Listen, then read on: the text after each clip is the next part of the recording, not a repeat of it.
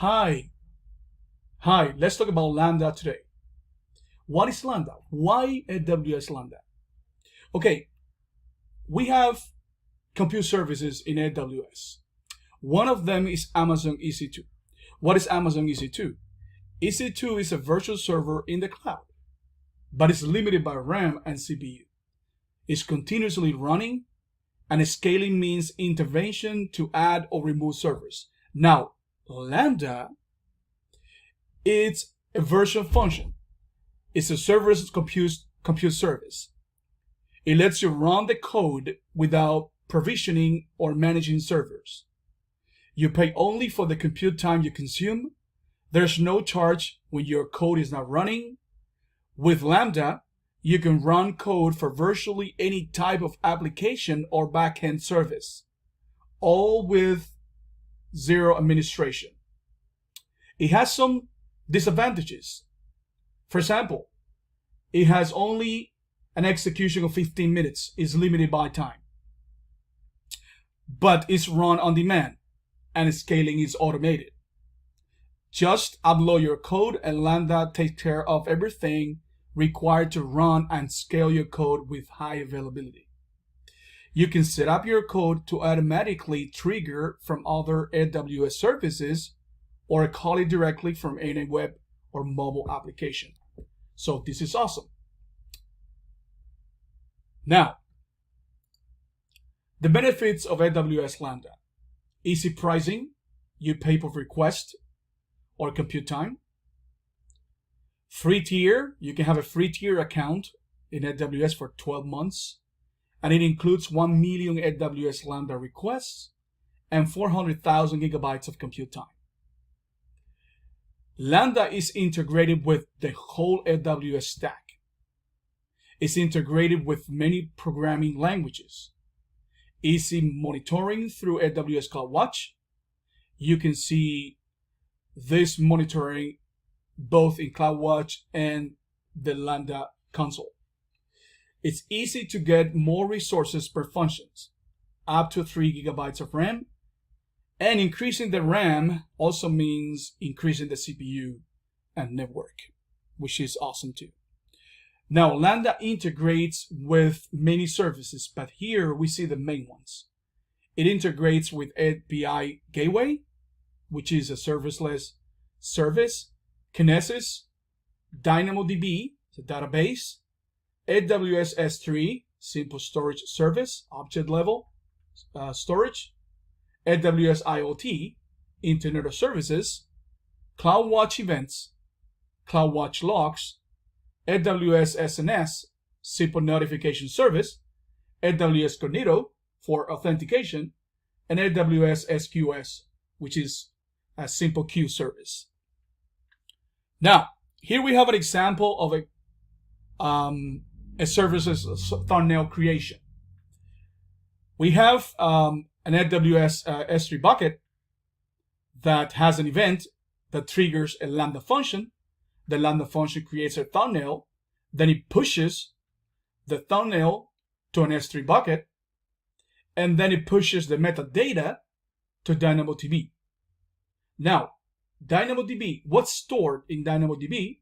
It's, like I said before, it's a metadata, which is the image name, the image size, and the creation date, and other information, just in case you want to store that. But it pushes for the S3, the new thumbnail. A cron job. What is a cron job? It's a job that you can schedule.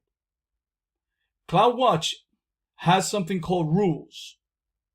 You create a rule for a job to be performed at a specific time, on a specific day, in a specific year. So you can do virtually whatever you want when it comes to CloudWatch events and Lambda functions.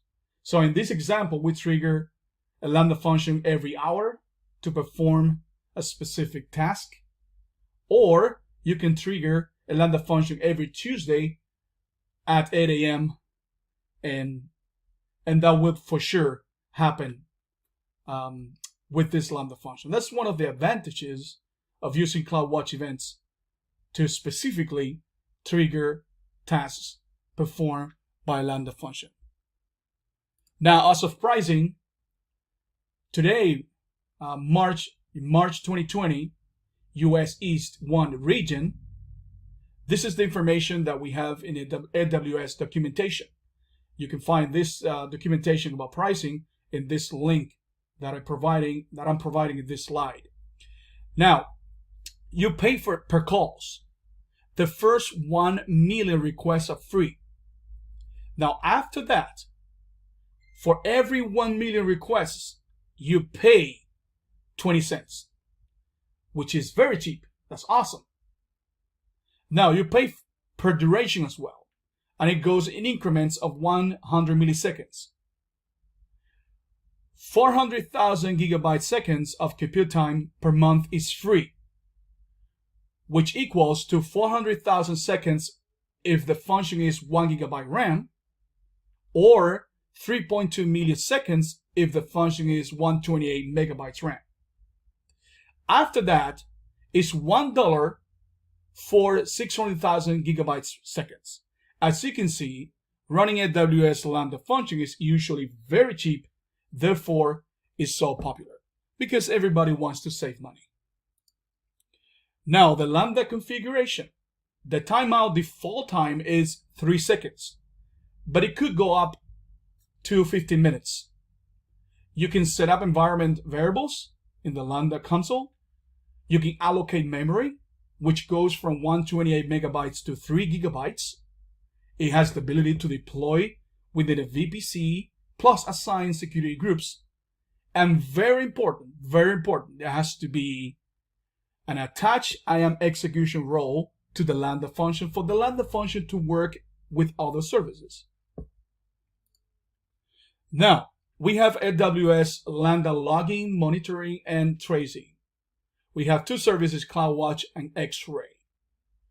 Now, the logs of the Lambda execution are stored in AWS CloudWatch logs. And the AWS Lambda metrics are displayed in the AWS CloudWatch metrics, but you can also see that in the Lambda console. Now, very important with CloudWatch, make sure your AWS Lambda function has an execution role with an IAM policy that authorizes writes to CloudWatch. Now, we also have X-Ray. X-Ray, it's a debugging service that AWS has. It is possible to trace Lambda with X-Ray. We can enable in Lambda configuration the X-Ray, and Lambda will run the X-Ray daemon for you. Sometimes you have to install this daemon, but in the case of Lambda, it will run it for you.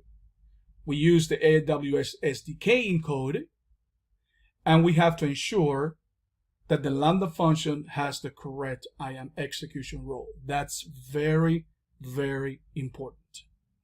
Now, it's enough of theory. Let's go to the console, and let's create a Lambda function here. You see the Lambda function because I've created Lambda functions already, but in your case, probably you haven't created any Lambda function.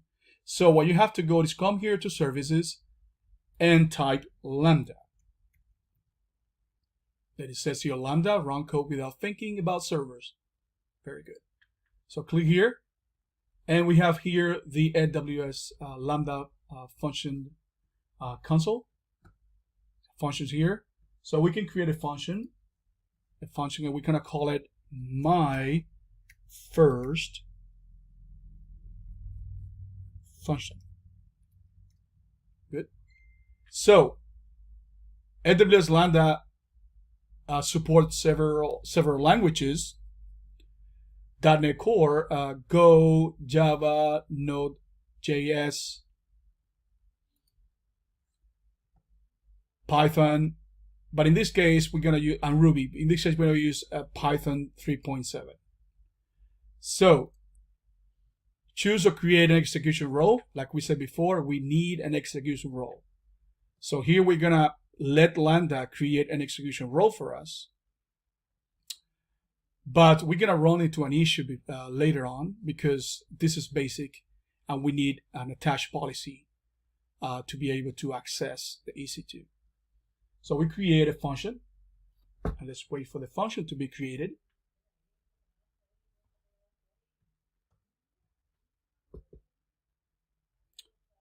Let's wait for this, and then we'll see the function. Now, this is the function, and it comes with the default code. I have created a code here for you guys, and we're going to stop an instance.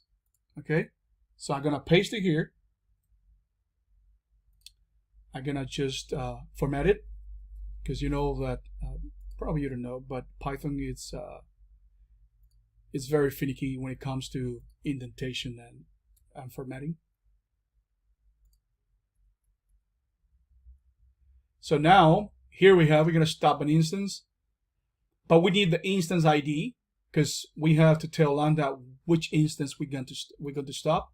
We want to stop. Here I have an instance that is running. Okay, right now it's running. So I'm gonna get here the instance. We're gonna copy here. We're gonna paste that here. And then we're gonna see if it stops the this instance here. So let's save it. Let's test it. And then here we call it event, my event. Just you can give it a name you want. We create this. And then we test it. Click on test here. And then we have an issue here. It says an error occur, unauthorized operation when calling the stop instances operation. You're not authorized to perform this operation. Like I said before, when we created a role, we needed an attached policy to be able to access the EC2 and stop it. We can come here in this. You have 3 tabs here: configuration, permissions, and monitoring. You can click here on permissions, and here we have the role name. So if we click on the role name, it will take us to the IAM console, and here we have this policy that doesn't accept, it doesn't include any EC2 access here. So we're gonna attach a policy, and then we're gonna just type EC2, and then here it says EC2 full access. Let's give full access just for now. We attach the policy here, and then now it should run perfectly. So now we test it.